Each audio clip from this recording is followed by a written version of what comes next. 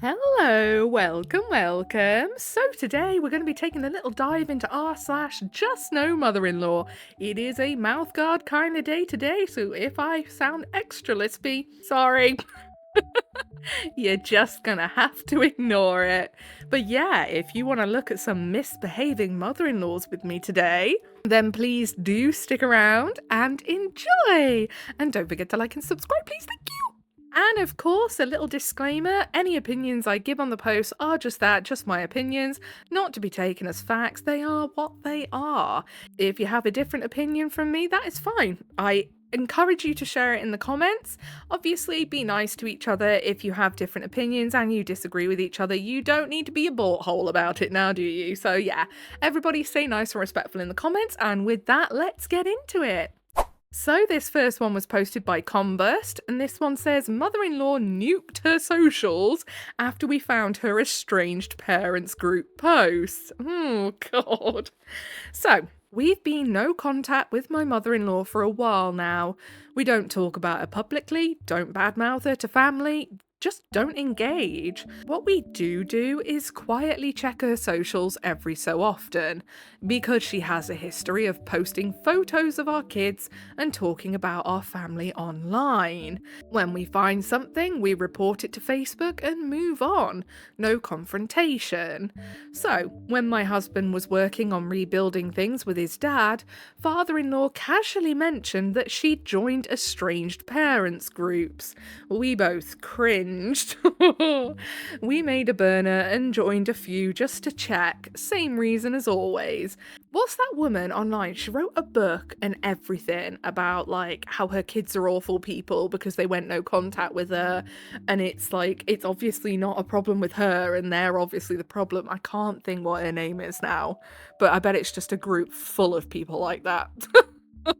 Editing me here, it was the doormat mum. I couldn't remember for the life of me, but weirdly enough, last night a video popped up from the Queer Kiwi, and she was sort of doing a breakdown of all the weird and wild stuff that the doormat mum has done. It was her that I was thinking of, if anyone was interested to know. She was posting photos of us and our kids. That part we expected. That's so wrong though. You should never ever post photos of people online without their enthusiastic consent. Like, it's so wrong. What we didn't expect was the rest of it. Completely fabricated stories about me and her own son. Genuinely evil stuff. And then she shared details about abuse my husband survived, deeply personal stuff he hasn't told his closest friends, with strangers on the internet. For sympathy, and they ate it up. I bet they did. We didn't engage, screenshotted everything, documented it, and reported the photos of our kids. Fast forward to a phone call with father-in-law that was actually going well. As they were wrapping up, father-in-law asked if my husband wanted to say hi to mother-in-law. Hard no. Father-in-law pushed a little because it was a pretty abrupt no, so my husband told him why. You could hear her in the background as father-in-law was processing it out loud.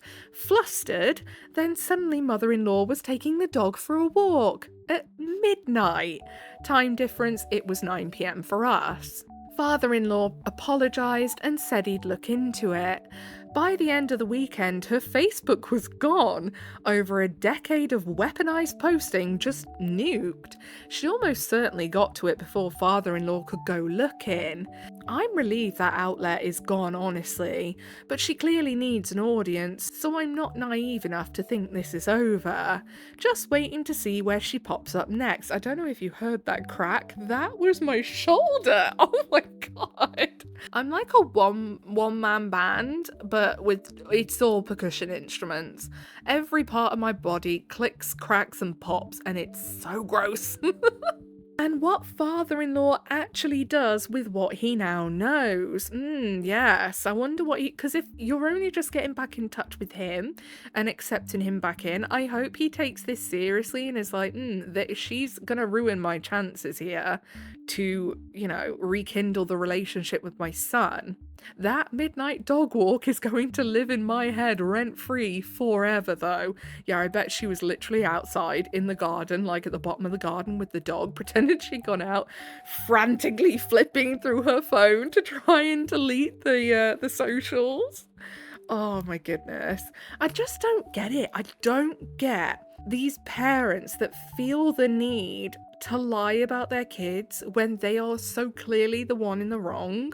Like, don't get me wrong, I don't doubt that there is at least some parents whose kids have gone no contact with them for no good reason. Statistically, it's gonna happen. However, I imagine the most of them, there was good reason, you know? And they just don't want to accept that. And it's so weird to me. It really is. So, down in the comments, Adorable Machine 571 says, watch out for her on Reddit. Yeah. And then OP says, I just don't think she's internet savvy enough for Reddit. You would be very surprised. And then Sick Viking says, she doesn't really need it. My mother is on Reddit, browses and posts daily, mostly on cat subs. Oh, I love that. And she doesn't really interact with the internet at all outside Facebook and a pet site. Reddit is honestly pretty simple if all you're doing is reading and posting sob stories. Yeah, Reddit is very simple if all you're doing is reading, and I imagine it's very easy to post. I've never actually posted on Reddit. I just browse. that is literally it. So I don't know how to use any of the other features. I've never bothered to look because, again, I'm not one of those who like interacts a lot on Reddit or anything with other people.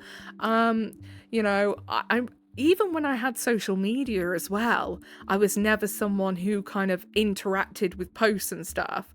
The most a post would get from me is a like if I felt really fancy. And not because I'm like, ooh, I'm not liking your stuff, you don't deserve it. No, it's not that. It's that I am an extraordinarily socially anxious person, weirdly. I know, you wouldn't believe it from how easily I talk on this, but that's why I do these videos, because I am someone who keeps my social bubble very small, because I am someone who gets very burnt out conversationally. So yeah, I don't tend to interact a lot because then I'm like, oh god, then they're gonna write back. And then I'm gonna feel like I have to keep writing back. Like, and that's why I think I've not got burnt out with like the YouTube comments, like when I'm replying to you guys on the channel, because I only really ever see the first notification for a comment that you all make, because I don't go into the actual notifications. The way I view the comments is I just click on a video that I've recently posted, click newest comments, and then I reply to them. So then if I've replied to one and you guys might have replied back, I won't always see that reply back. And obviously that's not me being ignorant, it's just that I'm not looking in the actual notifications, because if I did, I would be there forever. Let me tell you, especially with how many videos I have now, and there's always people finding, like, especially my older videos, commenting on them. So there's a lot of notifications for comments, so I gave up even looking in the notifications. So if I ever reply and then you reply to me and I do not reply back, it is not me being ignorant, by the way, it's just that I've not seen it. And I found that doing it that way and staying out of the notifications sort of keeps me on an even keel. It stops me from getting overwhelmed with all the comments, because again, I am very socially awkward and I do get a bit overwhelmed by like just too much social interaction, and then I start to overthink my replies and I'm like, oh god, did my tone sound off? Or oh god, did I sound like I was being rude? Or oh no, did I sound like I was being too friendly and weird? And then I get in my own head and I get weird about it. So yeah. But yeah, all that to say that, to be fair, it is very easy to, you know, make a Reddit account. And I'm sure she could figure it out. I'm sure if I took a few hours to really figure out a lot of the things on Reddit, I could use them easily. It's just I've never actually bothered to. I'm a browser and that's it. Anyway, let's go to the next post, shall we? So next post posted by Brisk Knees 96. My mother-in-law put her hands on me and physically restrained me when I tried to take my baby home. My goodness. Possible trigger warning for violence and attempted abduction. Kind of. He and my father-in-law had been watching my 13-week-old for a couple of days while I was recovering from a bad upper respiratory infection. It was bad enough to send me to the ER with my oxygen dropping into the low 80s. When I went to get her without my husband, my mother-in-law decided to get on my case about my daughter being gassy. This has been an ongoing thing with them, and I've told them multiple times that not every cry with her is gas, and that the pediatrician says she's fine. For whatever reason, she and father-in-law are obsessed with thinking it's gas and trying to fix it.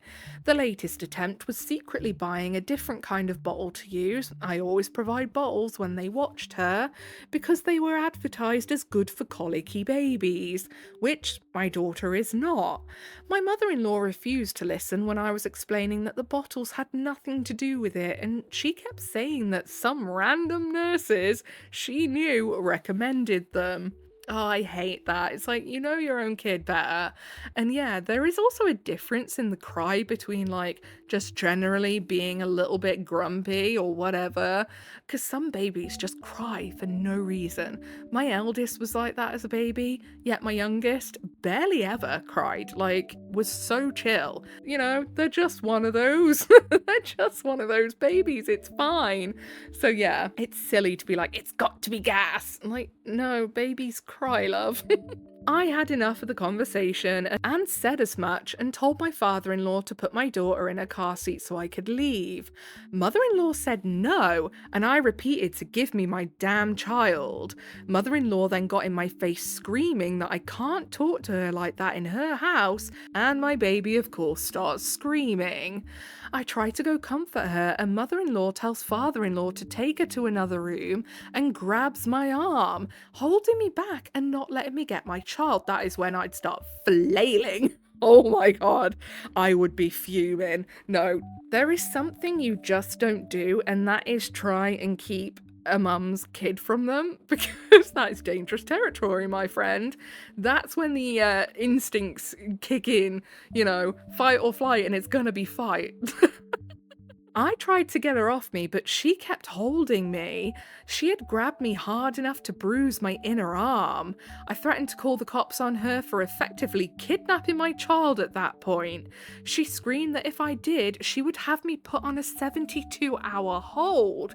This woman is psycho. She needs the 72-hour hold. Oh my goodness. She then shoved me in the corner of the room so I couldn't get my daughter and began berating me. She screamed that I was ungrateful for all they do, that I apparently look down on her, that I don't trust them to care for my daughter, and that because of me, mother-in-law supposedly now has anxiety and blood pressure issues that she needs medication for. I don't think that that's because of the OP, I just think she's a tad unhinged. By this point, I'm bawling and just wanting my daughter. Mother-in-law continued to berate me and keep me from my daughter until she, mother-in-law, had calmed down, and then she let father-in-law put her in a car seat and let me take her. That is the last time my kid would be stepping foot through that door.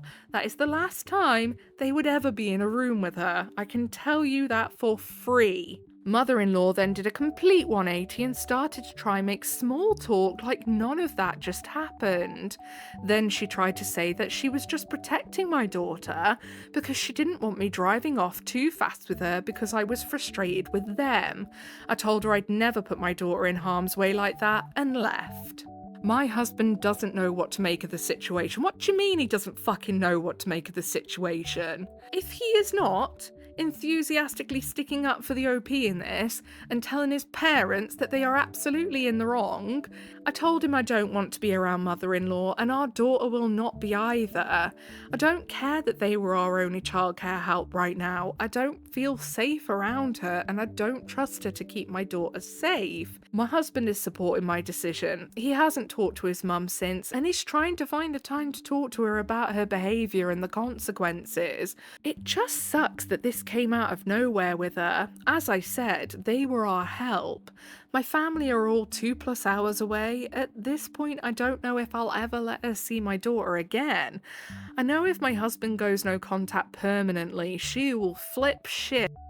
From the start, she called him her little ride or die and told me that whatever I do, don't try and come between them. Ah, interesting. She's one of those. Couldn't have guessed. If I asked him to do it to protect our daughter, he would in a heartbeat. Is it crazy for me to want to ask him if we can move closer to my family? No, absolutely not. Not crazy at all. I would think it'd be crazy to then ever let that kid be looked after by them again. My goodness. So, edit, since I can't reply to everyone, with the police report there's an extra layer of concern that was too much to type for the original text. They are best friends with the sheriff for their county, which the incident happened in. So, if I file a report, there's almost no way he won't find out about it, and I don't trust that he won't contact my mother-in-law. Even if I report it with my local agency, they'd have to forward the report, and with our last name, it's distinct and recognisable. The officers for that department would definitely know who it was about, and I'm worried with small town gossip that things would get back to the mother-in-law. So, let it get back to her. Let her know that she is royally fucked up. What she did was so disgusting, so wrong. You don't ever keep someone's kid from them unless the kid is literally in danger.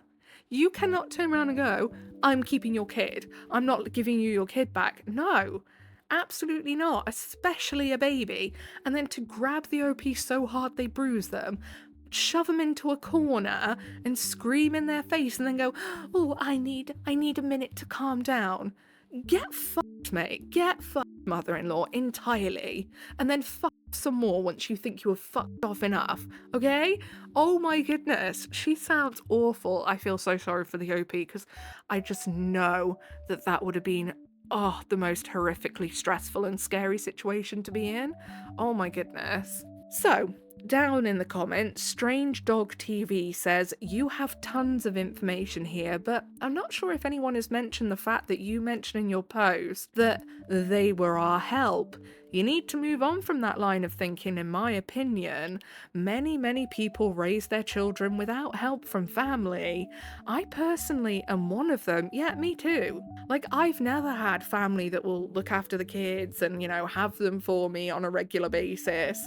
It's just one of those things, and, it's difficult, yeah, but you manage. You find a way to make it work. It is absolutely doable and achievable. Yes, you at times may need to fork out some money if you require childcare, but it's worth it in the long run. And yeah, that is the unfortunate part. Childcare is so expensive. Oh my goodness. Paid professional sitters don't act the way your mother-in-law acted. Date nights will likely need to be in-house date nights until your children are older and have a friendship group. But planned correctly, they can still be lovely evenings where you reconnect with your husband in the comfort of your own living room with a homemade special meal or takeout. I found my sitters from the childcare centre that my daughter went to, knowing they were close to my daughter already and comfortable with her, and her with them. Plus, you know that they are already police checked and good with children. There are, however, plenty of agencies around that have people on their books that are vetted and ready to hire for a few hours. You might also have friends with appropriately aged children that could help you out if need be.